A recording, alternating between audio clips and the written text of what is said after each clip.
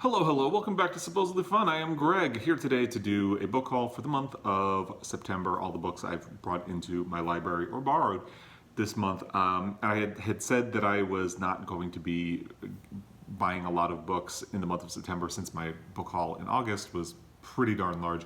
But yeah, I failed. Part of this is because well, there's a little bit of library sale in here, a little bit of used book purchases in here, but part of this is also because books that I had ordered previously only came in now, and we'll get to those. But just diving in, we can get started with the library book. So I was fully anticipating September to be a month of just library apocalypse because I had a lot of holds, and I'm really high up on the hold list for all of them. I hadn't really anticipated the fact that even if there's one person ahead of me online, I'm probably not going to get it this month. So the only book from that library, of the library holds that came in, is Out of Darkness, Shining Light by Bettina Gappa. I'm really looking forward to reading this, and I need to try to get on that quickly because I think Doug's Newburyport is coming up soon in the month of October, so I got to get this in. I'm really looking forward to it. It is it's a novel of exploration and adventure in 19th century Africa, the captivating story of the African men and women who carried explorer and missionary Dr. Livingstone's body, his papers and maps 1,500 miles across Africa so his remains could be returned home to England and his works preserved there. Sounds really interesting.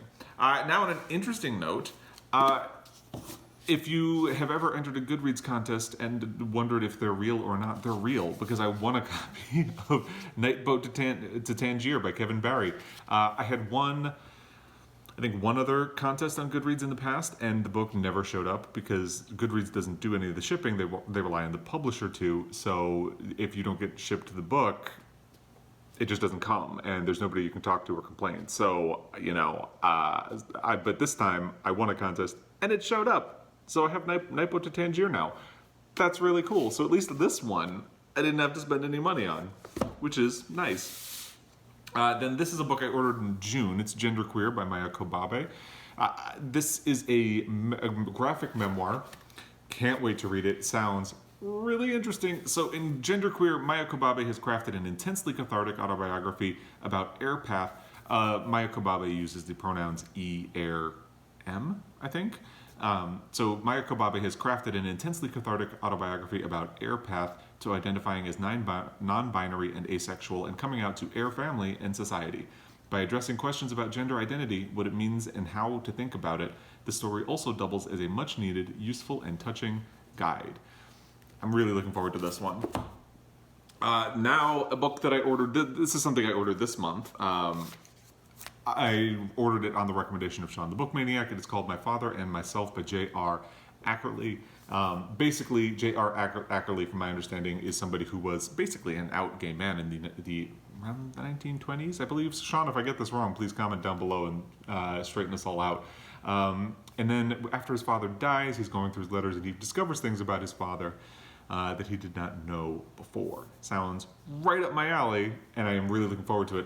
J.R. Ackerley is an author I had not heard of before, but the person who was working in the bookstore when I picked this up knows of Ackerley, has read one other book of his, not this one. She ordered it, actually. So, Sean, you've gotten two people to buy this book. She ordered a copy of this for herself. She had also heard of Ackerley's book about his dog. I think it's called My Dog Tulip. It is not on the back. I think it's called My Dog Tulip, which both of us agreed we could probably not read because we would be devastated about dogs. While we were on that topic, though, let me skip ahead one book. She absolutely recommended that I read The Friend. Part of why I've been really holding back on this book is because I'm really paranoid about being upset about the dog. And she said that it's not that bad, I shouldn't be afraid, and given the conversation that we had, I let her talk me into buying it. So we shall see. If you've read The Friend, please tell me, will I be devastated about the dog? Because I ain't about to cry. Sue Perkins has already made me cry about a dog this year. I don't want to do it again. While I was there, they had a copy of Black Light by Kimberly King Parsons. This is something that was just longlisted for the National Book Award. It's a collection of short stories. It immediately jumped out to me as something I would want to read. So with raw, poetic ferocity, Kimberly King Parsons exposes desire's darkest hollows, those hidden places where most of us are afraid to look. In this debut collection of enormously perceptive and brutally unsentimental short stories, Parsons illuminates the ache of first love, the banality of self-loathing, the scourge of addiction, the myth of marriage, and the magic of and inevitable disillusionment of childhood. I mean, I'm so into all of this. I really want to read it. While I was at the library picking up Out of Darkness, Shining Light, I cruised their book sales, and I picked up The Buddha in the Attic by Julie Otsuka.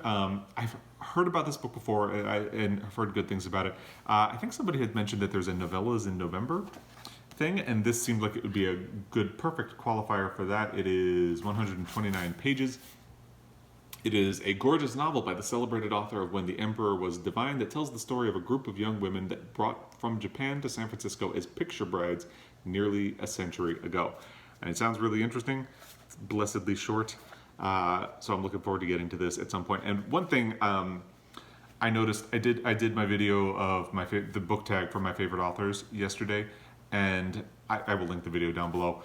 And one thing that kind of bothered me and stood out as I was putting that together is that it's a very Western list of authors. Like, I've read Haruki Murakami. I wouldn't call him a favorite for me, but so I really need to do more to read like Asian authors and expand my world a little bit. So I think that's going to be a goal of mine for next year. Now, this is not to say that Julie Otsuka herself, I think she is actually American. I could be wrong about that.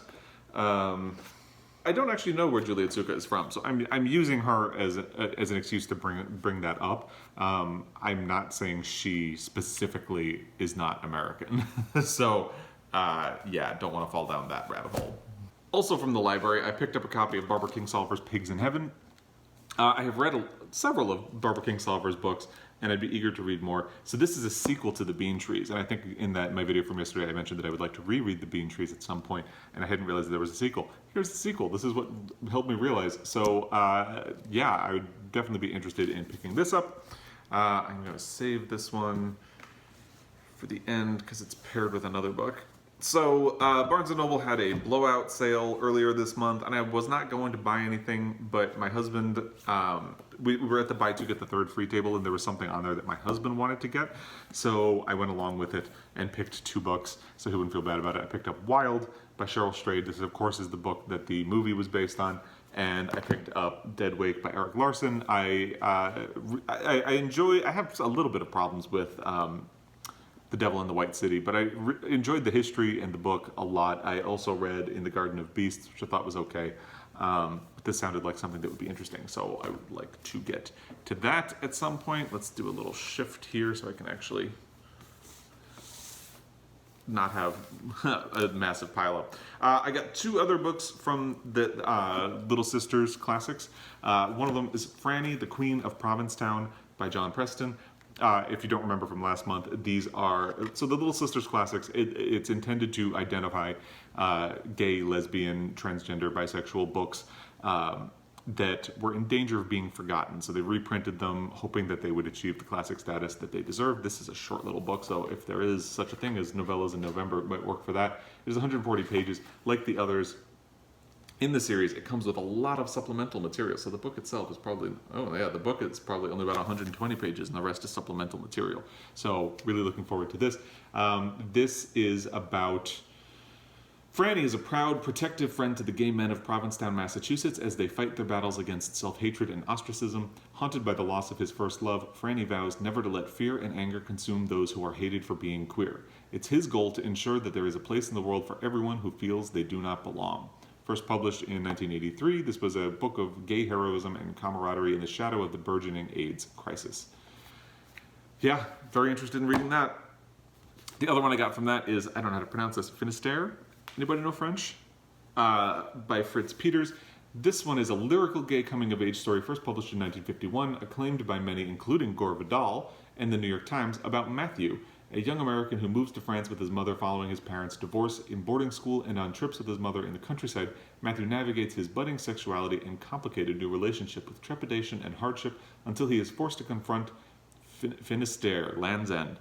where the brutal truths of the world can be found. Really looking forward to this as well. It was originally published in the early years of the 1950s and sold over 350,000 copies back then. Now, I think I've mentioned in the past that I have a kind of side interest with the movies. I'm really into, especially anything to do with the Oscars. A podcast I listen to referenced this book, Down and Dirty Pictures by Peter Biskind. So basically, this chronicles the rise of independent filmmaking and of the twin engines, the Sundance Film Festival and Miramax Films, that have powered them. So basically, it's a history of independent movies. It deals a lot with Miramax and the Sundance Film Festival. As it said right there, it is a proper chunky book, but it's a topic I'm always really interested in, so I'm looking forward to getting it. And this seems like a really thorough and well-written book on its topic. So looking forward to that. At my used bookstore, I picked up a copy of All the King's Men by Robert Penn Warren. This is a Pulitzer Prize winner. It is part of my project. I have read this before and I liked it. I think I might want to reread it again when I get to it. So there you go. And then another book that Sean the Book Maniac recommended to me, that's Wish Her... he didn't recommend it to me, he just mentioned it in a video and I thought it was interesting. Wish Her Safe at Home by Stephen Benatar. Benatar, I believe, is, I don't know, a gay writer. So it's about Rachel Waring. She's deliriously happy. Out of nowhere, a great aunt leaves her a Georgian mansion in another city and she sheds her old life without delay. Gone is her dull administrative job, her mousy wardrobe, her downer of a roommate. She will live as a woman of leisure, devoted to beauty, creativity, expression, and love. Once installed in her new quarters, Rachel plants a garden, takes up writing, and impresses everyone she meets with her extraordinary optimism. But as Rachel sings and jokes the days away, her new neighbors begin to wonder if she might be taking her transformation a bit too far. From what I've seen, it's really about a complex female character. It's supposed to be a little bit funny. It's blurbed by Doris Lessing. I didn't realize that before. She says, this is a most original and surprising novel and one difficult to forget. It stays in the mind. Wow, that's pretty good. So yeah, I'm really looking forward to getting to this at some point. And then we get to my Book of the Month picks, one of which I have not read, one of which, unfortunately, I have. So first I got The Secret History by Donna Tartt. Now, I have only read The Goldfinch by Donna Tartt, and I DNF'd that book. I was not a big fan. I think she's a great writer. I just didn't like that book. But everybody always talks about, I haven't really met anybody who actually really likes The Goldfinch. What I run into is a lot of people who are like, oh, The Secret History is so good. The Secret History is a wonderful book. So I figured, why not try The Secret History since Book of the Month had it as an add-on. It is also a proper chunky book. It is... Under the influence of their charismatic classics professor, a group of clever, eccentric misfits at an elite New England college discover a way of thinking and living that is a world away from the humdrum existence of their contemporaries. But when they go beyond the boundaries of normal morality, they slip gradually from obsession to corruption and betrayal, and at last, inexorably, into evil. I'm kind of iffy on it just because, as I said, I was not a fan, am not a fan of The Goldfinch, but... you never know. So I'm going to keep an open mind, and we'll see how that goes. The other one, which was my actual Book of the Month pick, was The Chestnut Man by Soren Sveistrup. Oh my god. So, basically, it's almost October, so I figured, a nice chilling book would probably suit the bill, but I've been having a really bad luck with thrillers this year, and I hated this book. It's just... I already talked about it in a video. I will link it down below. But yeah, save yourself the time and the energy. Do not do The Chestnut Man. Anyway, those are the books that I've picked up and brought into my library in the month of September. Sorry, I forgot what month we're in because I just talked about October.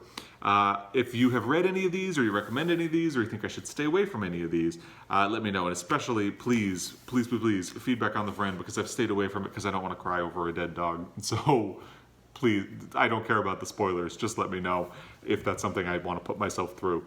And by the way, this is going to be the last time you see The Chestnut Man on this channel because I'm taking it straight to the used bookstore to try to exchange it. Anyway, thank you for your time watching this video. As always, I really appreciate it, and I will be back again. Until then, happy reading.